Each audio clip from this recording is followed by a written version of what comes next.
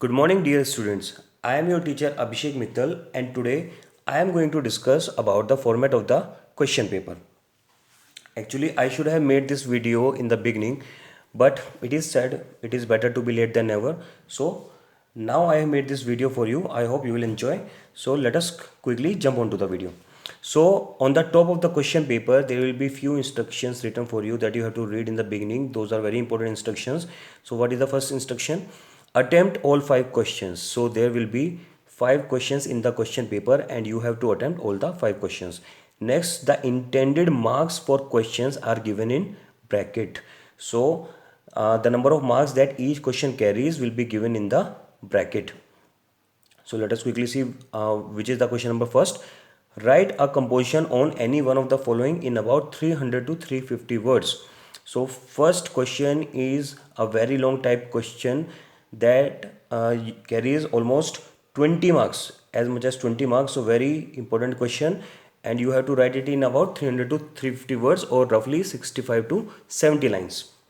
So let us see which are the options that we have. First is fictional or theme based story. So you will be given a topic or a theme and you have to create a story on that particular theme. Next is debate. Debate is you will be given certain topic and you have to give your arguments either in favor or in against the topic. So suppose you have been given a topic: mobile phones should be allowed for the students. So either you can write for the topic or either you can write against the topic.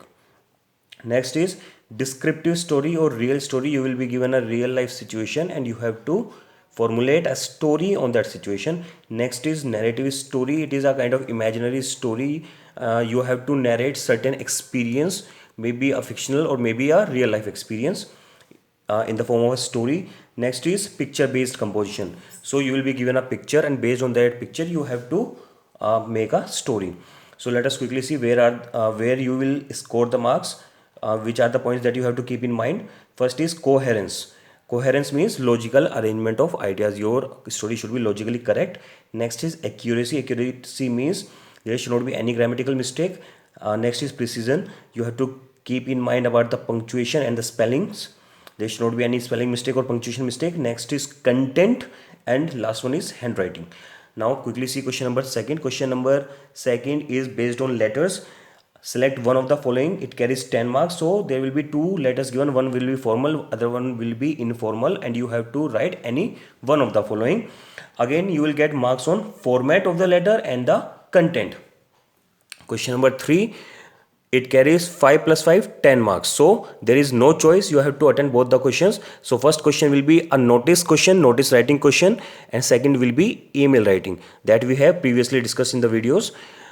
So you are going to get the marks on format and the content. Next is question number 4. Question number 4 will be based on reading comprehension or unseen passage. So you will get a passage and based on that passage certain questions will be asked and you have to answer those questions. So let us quickly see which are the questions or type of questions that will be asked. Question number A, it will be of word meaning from the passage. There will be 3 word meanings asked from the passage and you have to answer those meanings of those words from the passage itself. You will get 3 marks for it. Next is answer the following questions. Not any 5, actually there will be 5 questions carrying 9 marks. You have to attempt all the 5 questions based on the passage. Last one will be the summary of the passage. It carries 8 marks and you have to write it in about 50 words. The more you will be precise, the higher the chances of getting more marks. So if you are writing exactly of 50 words, you will get almost or maybe complete 8 marks if you are not making any grammatical mistake. So last question, question number 5th. It has 4 parts. Let us quickly see which are those. First is A, fill in the blanks using correct form of the word or verb given in brackets. 8 fill-ups will be there, half marks each, so it carries 4 marks. So this particular exercise is going to be based on the tenses. Next, fill in the blanks with appropriate words. Again, the exercise is of fill-ups. It will also carry 4 marks. There will be 8 fill-ups, half marks each. This exercise is going to be based on prepositions, conjunctions, modal verbs, verb, etc. Next, join the following sentences without using and, but, or so. So there will be 4 sentences of 1 mark each, and you have to combine them or join them, but without using and, but, or so. There are numerous conjunctions that you can use. You can even use gerunds or participles to, or finite or non-finite verb to join them, but you cannot use and, but, or so. So it carries 4 marks.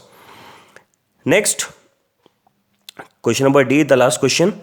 Rewrite the following sentences according to the instruction given. After each, make other changes that may be necessary, but do not change the meaning of each sentence. It carries 8 marks. So there will be 8 sentences will be given, and after each sentence there will be certain instruction that you have to follow. So this exercise is going to be based on active and passive voice, direct or indirect speech, gerund, participles, etc. So if you want to see the format of the question paper, that will be that is given at the back, so you can just go through it. I hope you have understood. Thank you and have a nice day.